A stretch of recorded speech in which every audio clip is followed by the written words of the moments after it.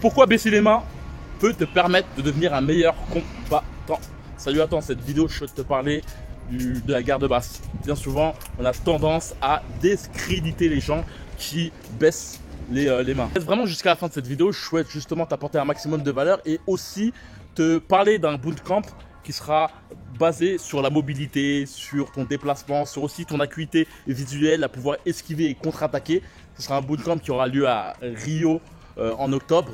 Et d'ailleurs, si tu veux avoir plus de renseignements, c'est dans les descriptions, dans la bio, où tu t'as simplement à chercher, tu trouveras le lien. D'ailleurs, j'avais eu une discussion récemment avec Steve Erulus, qui a justement remporté un combat de bare knuckle, un combat à main nue en Amérique. Et cela en ayant justement la garde totalement basse.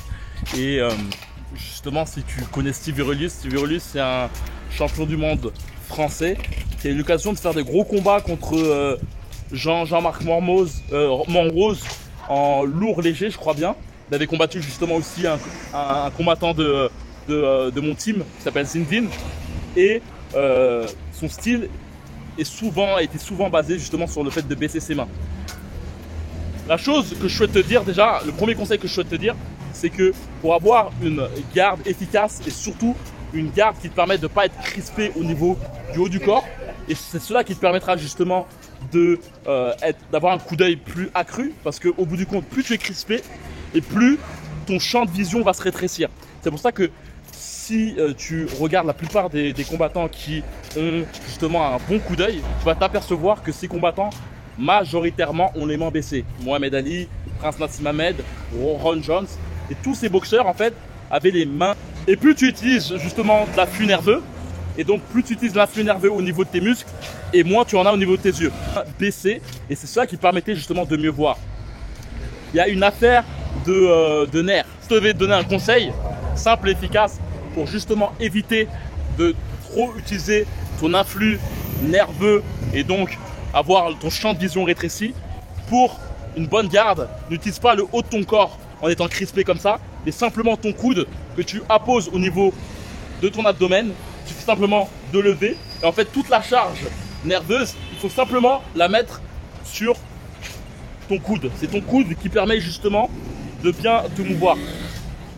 Et la chose que je souhaite te mettre en avant aussi surtout, c'est que le fait de baisser ses mains est un parfait moyen de déstabiliser ton adversaire. Lorsque tu as la garde basse, tes poings sont au sol, vers le sol, et donc ton adversaire va avoir cette tendance de regarder ou tes yeux ou au niveau de ton torse. Mais il ne pourra pas justement se focaliser sur tes poings. Donc si tu sais bien utiliser la garde basse, le fait justement d'avoir les mains baissées te permettra justement de pouvoir le surprendre plus facilement avec tes poings.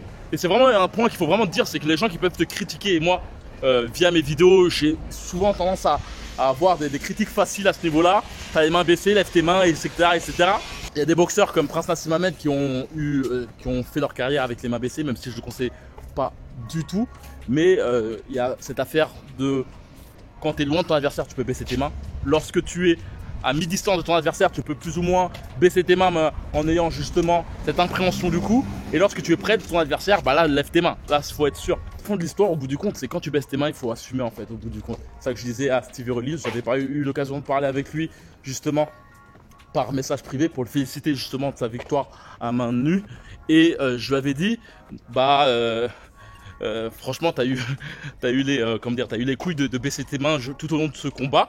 Ça lui a, comme je dis, ça lui a servi. Là, actuellement, tu vois pas mes poings et là, tac, tu vois, je te frappe. Et ça sert vraiment, surtout si tu augmentes ta faculté à esquiver les coups. Et esquiver les coups, tout simplement, c'est le fait de lever tes talons et d'avoir une rotation en même temps de tes hanches. Et lorsque tu as justement cette compréhension de cela, ça te permet vraiment d'être efficace. Et pour te quitter, je vais te dire qu'il y a un bootcamp que j'organise qui va durer 7 jours à Rio de Janeiro. Ce bootcamp aura pour but justement d'avoir des entraînements intensifs sur la boxe pendant 7 jours où on va faire 2 entraînements par jour.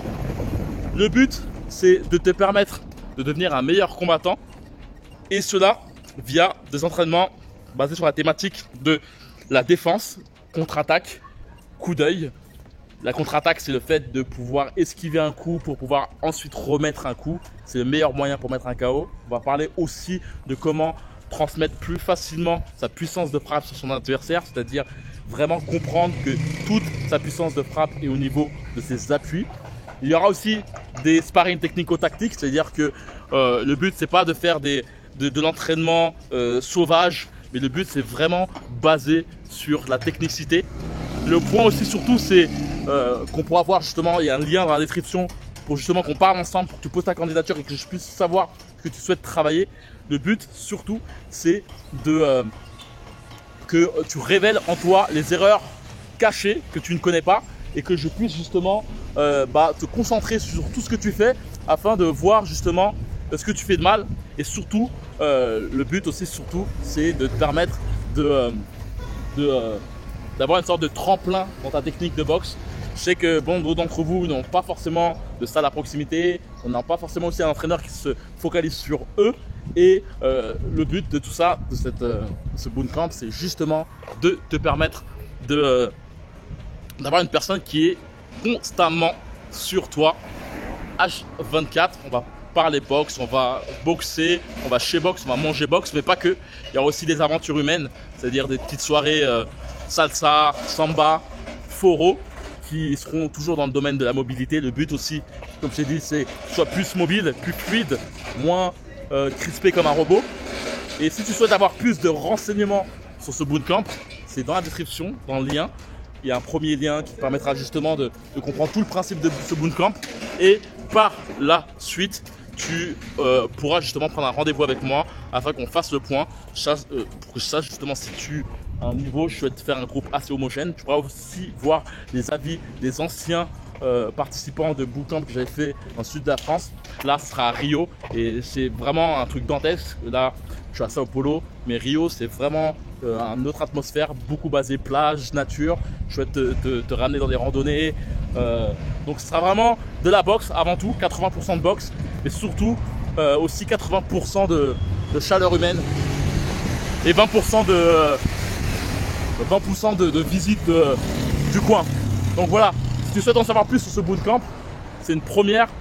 Et je sais que beaucoup de boxeurs de taille ont la possibilité d'aller en Thaïlande pour boxer. Et je me suis dit, pourquoi pas faire une sorte d'immersion autre, mais dans un pays basé sur un autre sport. Voilà, on n'est pas en Thaïlande, on est au Brésil.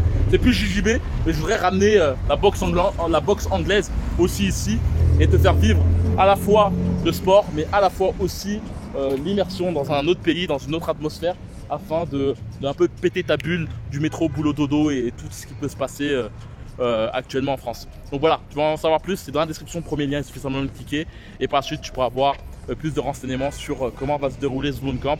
Et voilà, comme d'habitude, ciao.